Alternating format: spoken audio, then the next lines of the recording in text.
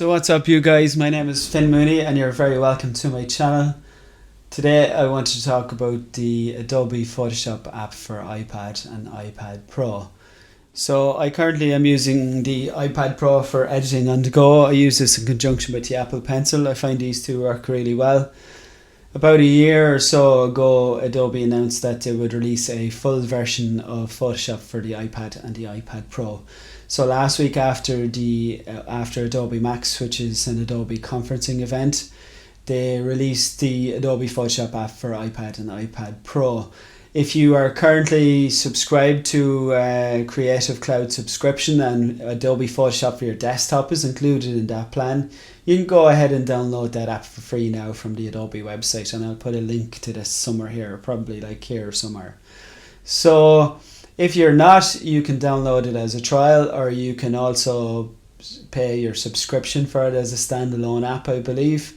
However, I'm going to say from the start that I wouldn't recommend that you currently pay for this app as a standalone app, purely because I believe there are some critical and key features which are missing from the app to justify paying for it on a standalone subscription basis. That's not to say that there aren't some very useful features within this app. There certainly is, and that will all become apparent as you watch the video.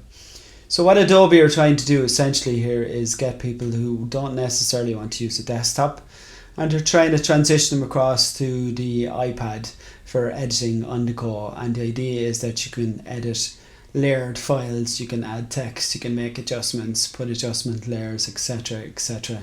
So what I'd like to do maybe is jump into the video, and I hope you find the content useful. I've been using this app for the last week or so, pretty much after its release date, and I hope that you get a good flavour of what's good with it, what needs improvement, and maybe I have some ideas about how Adobe might improve it in the coming weeks and months, which I do believe that they will. I think it's a really good start from Adobe. I think there are some improvements which could be made, but let's just jump into it and go from there. Go ahead and jump right into this app from the home screen. I also have it saved down here as a shortcut.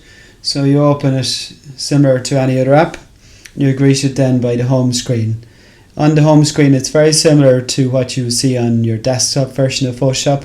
You have the ability to import and open, suggest a feature for Photoshop, so something that you think is missing, and also you have your most recent files below that. And then on the left hand side column you have the Learn feature, which is you can get a Photoshop interactive tour, and you can have open various video tutorials. Further down you have your cloud documents. So these are documents which are synced from your desktop version and are saved in your cloud documents folder in Adobe. So I have a work in progress folder here, and I also have another image which I'm going to use for this tutorial. If I click on the work in progress, you can see there's 2 additional files. Just below that then you have your deleted files, so files you may have deleted. You can also sort them by grid view or list view, which is a handy feature. And then you have a create a new, which is the ability to create a new document. So obviously you have your most recent, which is the default Photoshop size. You have your print, which are all the various options for print, all the various options for screen, and all the various options for film and video. So you can choose whichever one you want. In this case, I'm actually just going to open the document itself, an image. So I don't need to create any of these because it'll become its default. You then also have your import and open, which is from your camera roll, your files, or your actual camera itself. So with the iPad iOS 13, you have the ability to navigate to your files, which I'm going to do here. I'm going to navigate to those files, and I'm going to open this document here, which is the FMXT2458 edit file. So just click on that and I'll open it. So you can see it opens pretty much in 100% view, so you can have a look at it there.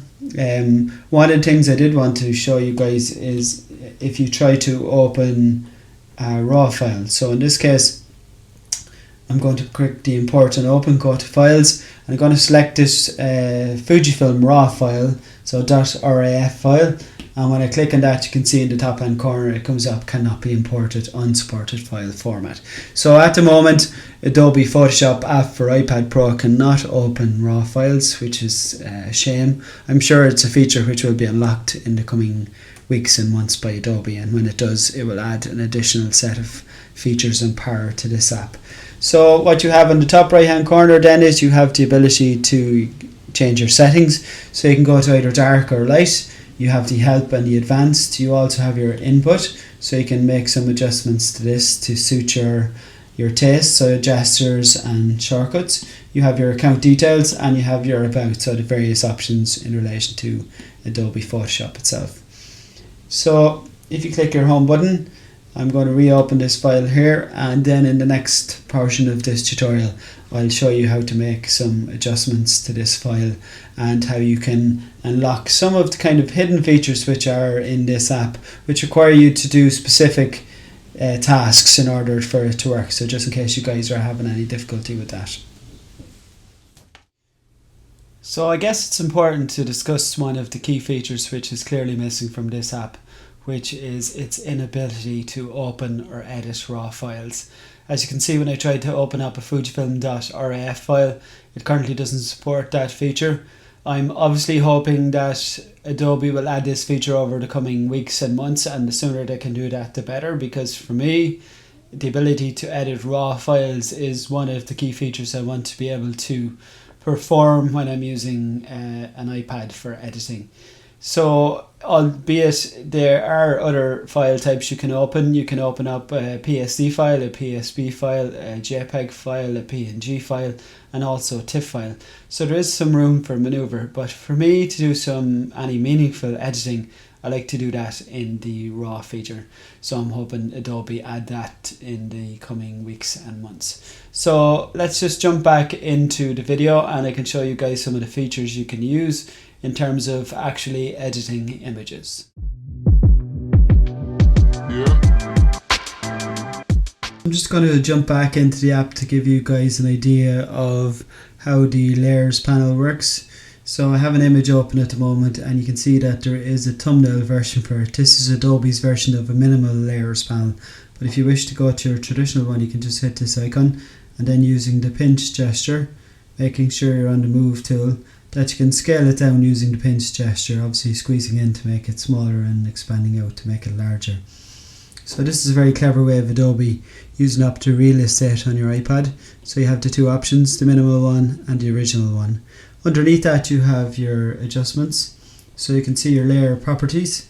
You can change the blending mode or blending options, so opacity essentially. You can change your blend mode. You can add a clipped adjustment, so this gives you the option to add a clipped adjustment layer, which is brightness, contrast, black and white, color balance, exposure, hue and saturation levels, and vibrance. And there is a spot free there, which I'm hoping they're going to fill with a curves adjustment layer, because I think that's a feature all of us use quite frequently, but currently not in this version of the Adobe Photoshop on the iPad. So one of the first things we always do when we're making any adjustments to an image, in order for the adjustments not to be destructive, we would duplicate the layer, and you can do that very easily by hitting the three dots and click duplicate layer. Then what's a good practice is to rename the layer, so you can click it here and then it gives you the option. So let's just call this edit for the sake of speed. So we have now a base layer and an edit layer, so I would suggest you would do this, do all your editing on the upper layer, so it's not destructive, and if you need to undo it, you can make any changes to it. You always have your layer underneath. Okay, so there's your three main options on the right hand side. It's your layer properties, so I'm just going to take those off, your minimal view, your regular view, and your layer properties view. So then along the right hand side you have these icons. So this one just adds a blank new layer, so there's nothing on it. I'm going to undo that. But if you wanted to do something different than that, you just hold it down using the pressure, and you have your new layer, adjustment layer, and new empty group. So in this case it's very similar to previous, except for it's not a clipped version. So you can click adjustments, so this adds a brightness, contrast, black and white, and so on and so forth. In this case, if I wanted to add a brightness contrast layer, I end up with three layers. So the brightness contrast layer is a layer in itself, and I can change the brightness and contrast using these functions. I can change its opacity, its blend mode, and you have your effects and your smart filters panel, but neither of these are actually featured at the moment, so I'd imagine Adobe will have them in the future. The beauty of an adjustment layer is that you can switch it on and off very easily, so it's not really affecting your layer. It's just an adjustment layer. It's not a layer which contains an image, it's just its own entity. So you can switch that on and off using the eye icon, or also you can use the eye icon on the right hand side. You can also, if you were on a regular layer, you could do a mask adjustment, which is that, which brings up your mask. I'm going to undo that. You can pop your layer down in terms of its sequence. You can also have your filters and adjustments. So you have two options at the moment, which is Gaussian, blur and invert. That's the only filters and adjustments options you have at the moment, but Gaussian blur is one I would use quite frequently. So if you want to do anything with a layer, you should hit your icon here. You can lock the layer, delete it, rename it, add a clipped adjustment, begin multi-select mode, duplicate layer, copy layer, select all, load as selection, merge down and merge visible. You'll notice occasionally there is an option which is grayed out. That just means that it's not possible on the layer that you've selected at the moment, or perhaps the sequence that you've selected it. So you just need to be aware of that not all options are always available to you. What I will say is my top tip for this is that if you don't see the option that you want when you initially press it, for example in this one, to add a layer, the thing to do is to apply the pressure in order to bring up the additional options. So that's a kind of a rundown on the layers option. So what I'm going to do is I'm actually going to select this layer. That's actually a really important note, that you should always ensure that the layer that you have selected, so i.e. it's normally highlighted in a blue colour as opposed to the dark grey, in that you make sure that that layer is selected when you want to perform an action on it. So in this case I want to actually delete that layer, so now it's gone. Also, what I want to discuss with you was, this is your cloud, so whether you're online or not, this is if you want to save the image, and these are your various options in terms of gestures, shortcuts, view keyboard shortcuts, how to use it, community forum and send feedback. So that kind of takes care of all the right hand side of the panel. If we go to the home button, you have your settings here, so you can change as previously instructed. You can change it to dark or light. So I'm just going to reopen up my image here, and in the next section of this video we're going to deal with actually making adjustments using the tools on the left hand side of this user interface.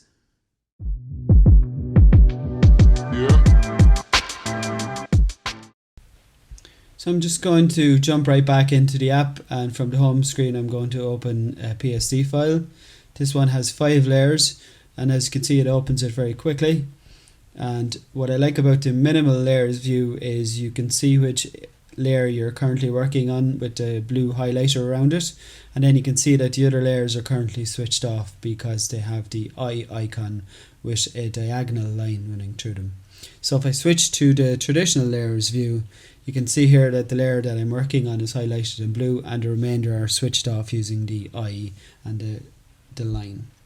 So this is my move tool, switching back to minimal view. So this allows me to move my image around. If I hit the additional features button, it allows me to move it in a constrained manner.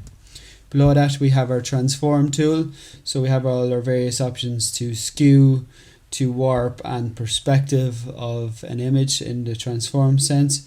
If I hit the 3 dots, it allows me to change my transform settings, so I can change the rotational angle. It also allows me to flip the image horizontally and vertically, so I can change it whichever way I wish. In this case I'm going to leave it as is. Click the done button. Below that is your lasso tool. Again, using the additional features button allows you to add the lasso selection to a layer, which is a very useful feature. So I can pick any of these 3 here. I can also change my lasso settings, change the feather, but if I pressure hold it again, it opens up some other options. So you have a brush style lasso, you have your square one, and also your round or elliptical lasso tool. Below that is your brush tool. Again, if you pressure hold it, it opens up the type of brushes which you can use. You have a pick of your colours, so foreground and background. You can also use your eyedropper tool. In this case I'm going to pick a green. Below that is your opacity. So this is 0%, this is 100. Below that is the softness or hardness of the brush. This is very soft with a feathered edge. This is very hard with a very clear and defined edge to my brush. And below that is the three dots, which allows me to change my brush settings. I can change my blend mode and all the various features which we're familiar with in a layers property. We have the roundness, the angle, the flow and the smoothing. And one thing I really like is it allows you to use pressure for size when you're using a pencil. So in this case I'm using the Apple pencil and I'm starting off using very little pressure, and then as I apply pressure more, it increases in size and spread. So that's a very useful feature. Also, what's a great feature is if you hit the additional features button, you can switch very quickly between a brush tool and an erase tool. So that's a very useful feature. It stops you having to switch between the two icons. So below that is said mentioned eraser tool.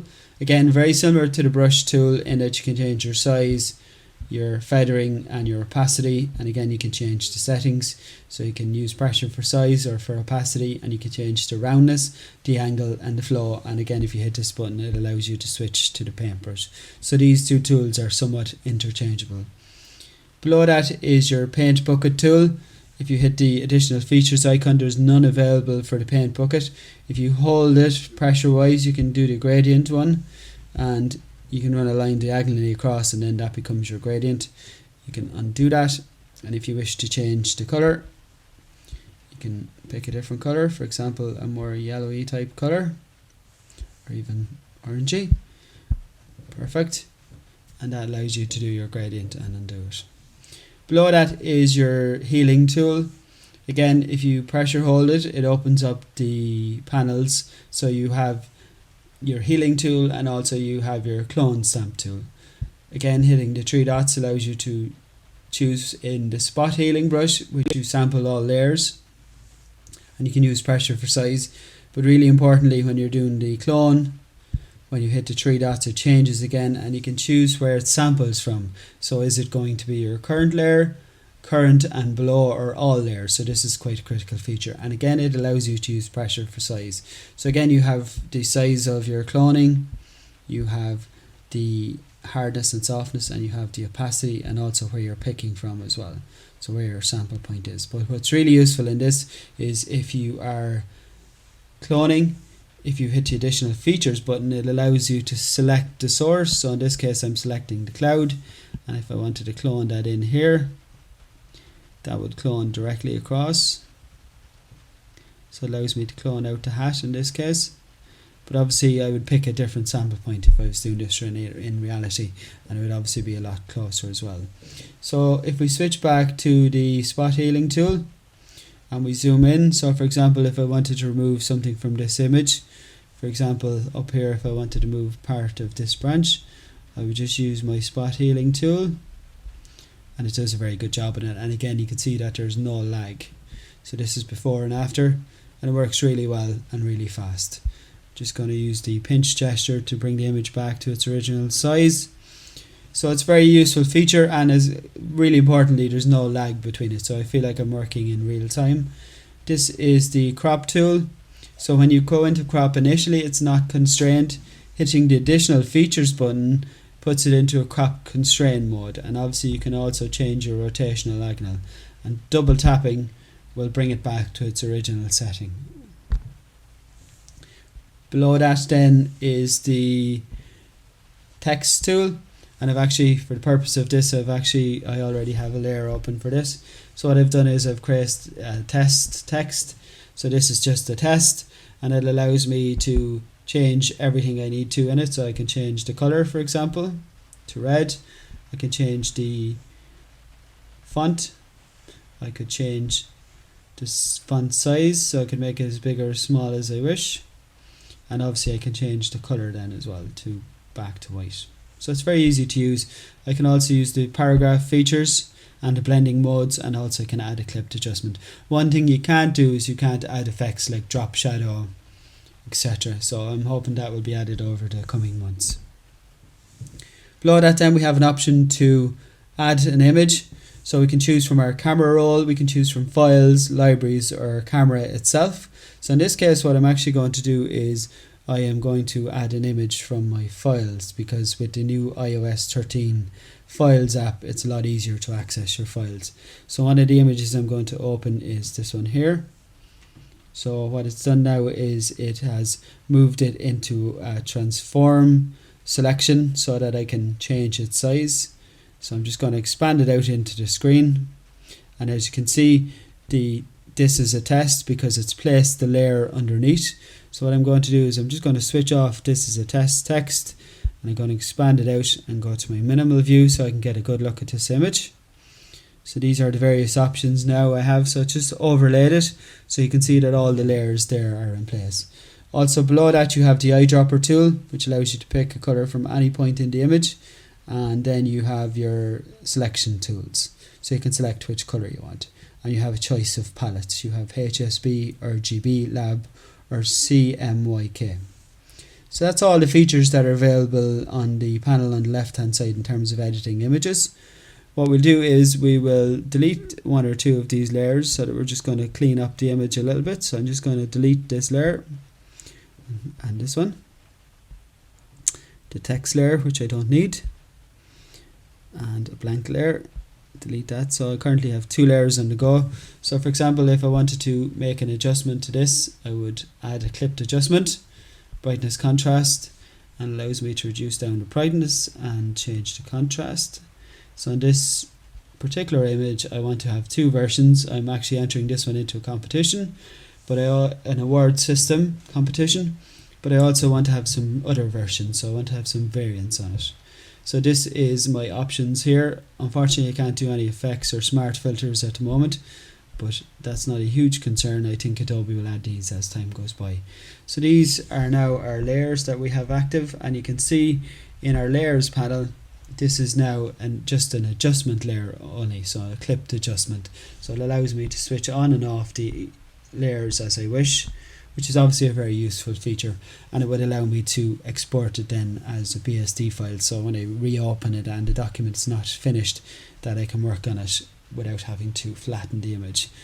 So I hope that was a useful run through of the Adobe Photoshop app for iPad. If you wish to have a more in-depth editing video or tutorial for specific types of editing, please let me know in the comments and I'd be very happy to do that.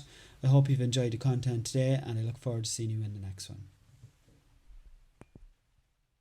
So that is a quick run through of the Adobe Photoshop app for iPad and iPad Pro.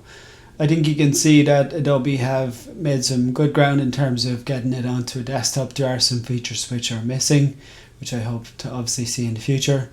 If you're looking for more tutorials or in-depth stuff, leave a comment down below and I'd be happy to do that. If you like what you've seen today, hit like and subscribe, and don't forget to hit those notifications, and I'll see you in the next one.